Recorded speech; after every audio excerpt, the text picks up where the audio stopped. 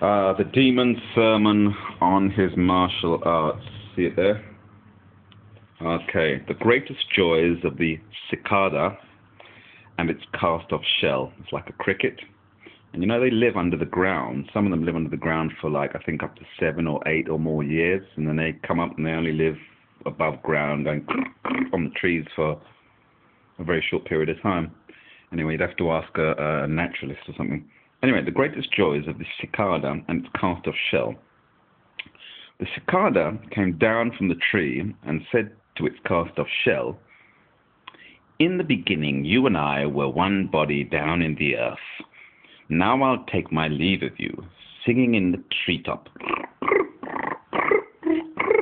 I'll find a nice shady spot and be happy. It's not that I despise you or am tossing you aside,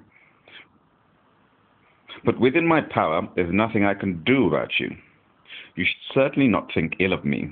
I will perform memorial rites for your spirit and will always feel ashamed of our parting." The empty shell said, "You are extremely confused.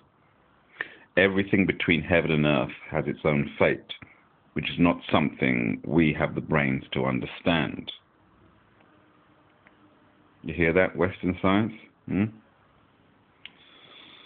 More than that, though you may sprout wings and sing in a nice shady spot, there is the danger that a crow may come up unexpectedly and eat you. It is the way of the world that if there is joy, there will certainly be sorrow. I now yield up to you mind, spirit, energy, and blood. I will spend my time at great leisure and take joy in tranquility.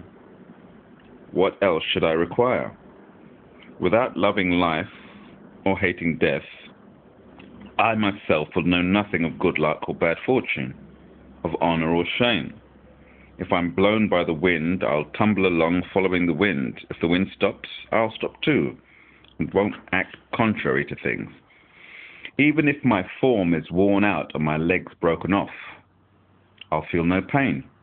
And if I can't do things on my own, I won't have anything under heaven to be anxious or afraid about either. When you reflect on the riches and honors of kings and lords, even they are not worth it. Because I haven't got anything inside of me, I've escaped from the world of pleasure and pain, of gain and loss. Keeping my mouth shut, I comprehend the Buddha's bliss of entering nirvana. The cicada said, "You are truly one who has been delivered. Even though it is said that I drink the dew and seek nothing in the world, I still haven't been able to escape the fact that I am a living being.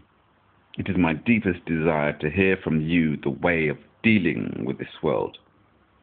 The empty shell said, "I don't know anything about that. Nevertheless, here is something I heard in secret. Creation and metamorphosis give me birth, and I play in their midst.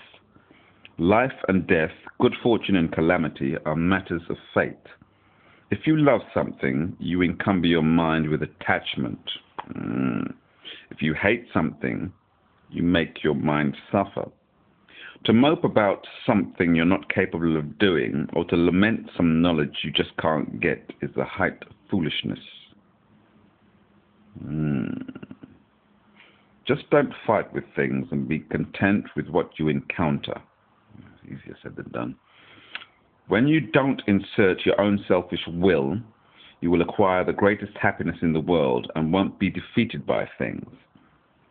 While you're alive, follow that way with everything you have. When you die, just be content with your own return. Why should this be so difficult? The demon's sermon, the martial art.